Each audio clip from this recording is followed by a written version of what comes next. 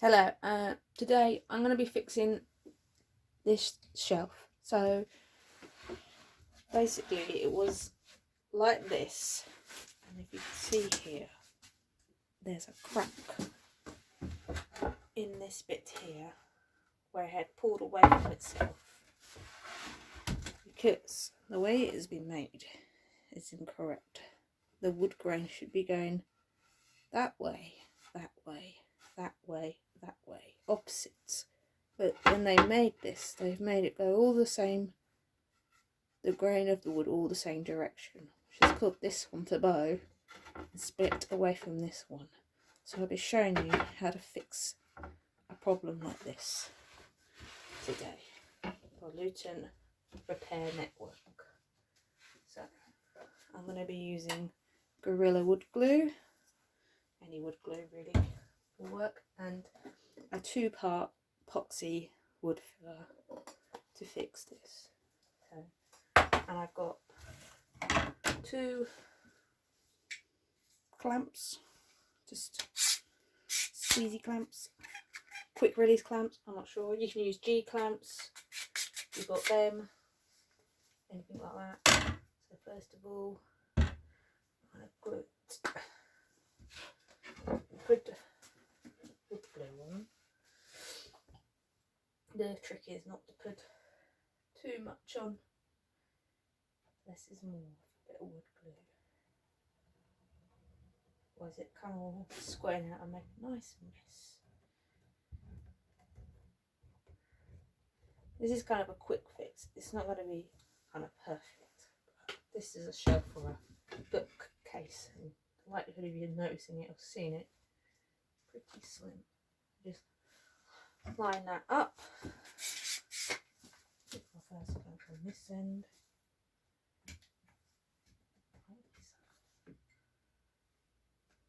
See, I didn't put a lot of good glue on, but it's still squidging out of that. And that's where I've joined it.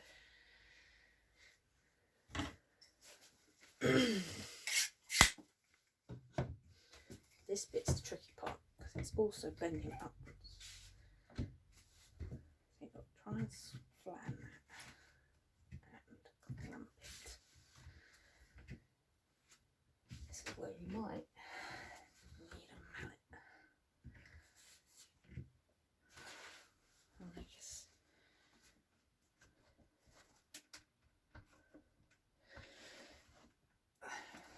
so that's pretty flat.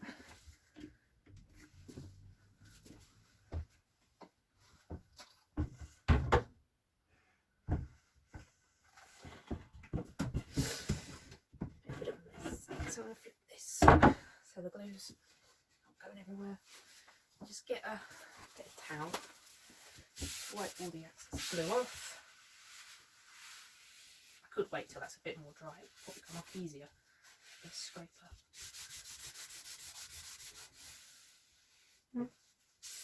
And this glue should dry clear, so I'm not too worried about it. You know, see a little bit of it, make sure that's just nice and tight. Make sure it's kind of flat. Tighten that up as much as possible.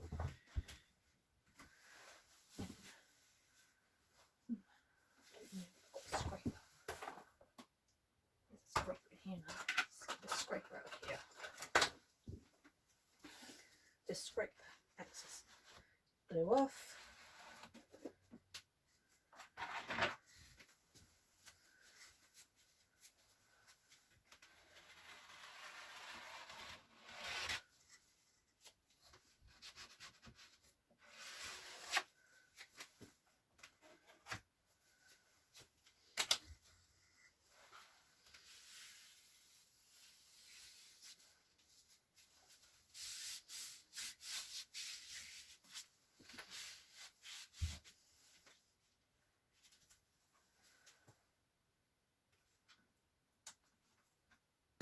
So I'm just going to leave this now to dry, and then when it's dry, I will come back and fill in any gaps. So that's it for now. Come back in a bit. Right, I'm back to finish off this shelf. So I've left it for about an hour to dry. So now I'm going to take off these clamps, mix up the filler, and apply it to any gaps I may still have. Just take all of these off. There. A little bit of that, but I'm going to sand it once I've got all the gaps. As I said, this is a quick fix, so it could have been a lot better. So I'm going to use my 2-part epoxy filler. Best idea. I've got some gloves on. For small gaps in wood, you probably can get away with a water-based filler, like a normal standard wood filler, but I prefer an epoxy filler because it dries quicker, it's stronger, and if you're filling bigger areas, this is ideal for that because water-based filler won't dry properly if the water can't all evaporate out of a large area. So you don't want a lot of the body. This is the body. This is the hardener. You don't want a lot. Don't mix up too much all at once. This is practically the same as a car body filler. Same kind of difference. Just this has got a pigmented colour to it. So it's like a kind of wood colour. So just a little bit at a time. For the amount anyway. It's just a little tiny bit.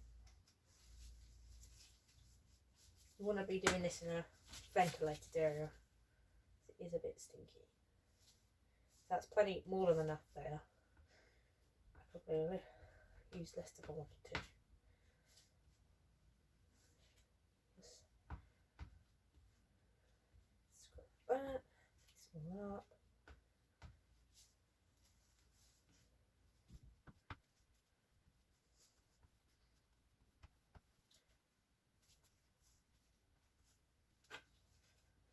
And then you're confident you've mixed all that in nicely. Get a bit. Just go over any of your gaps.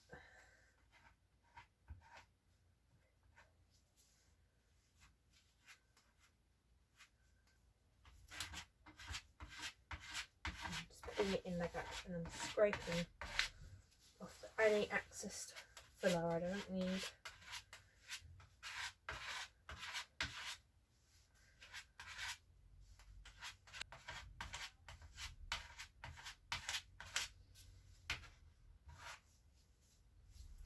That's that side done.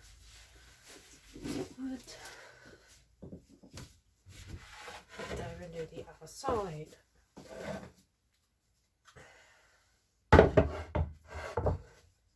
This is the side that's wet.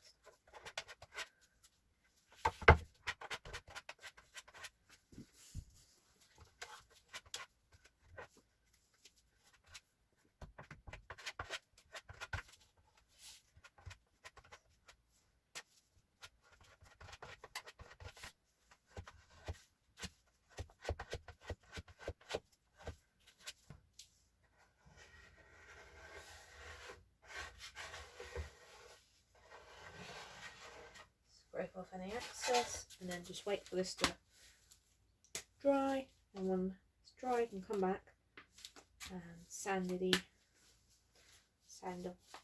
any excess still remaining. All smooth and nice. That's that bit done. So I'm back. I've left this to dry for about an hour or so until it's fully dry, the filler. Now I'm gonna sand it. I'm using a proper sanding block. You can beat these up at DIY stores, but if you don't have one of those, just a simple block of wood will do. I'm using 180p paper. The higher the number, the smoother the paper is. Don't want something too rough. This like this will make horrible lines in the wood. Nothing too fine either. About 180, maybe 240 kind of paper to sand this. Otherwise they'll be there all day. I'm just gonna sand off the remaining excess filler. When you're sanding, you want to go with the grain of the wood, not that way, because you end up making scratchy lines this side way, not. You always grain with the sand the grain of the wood.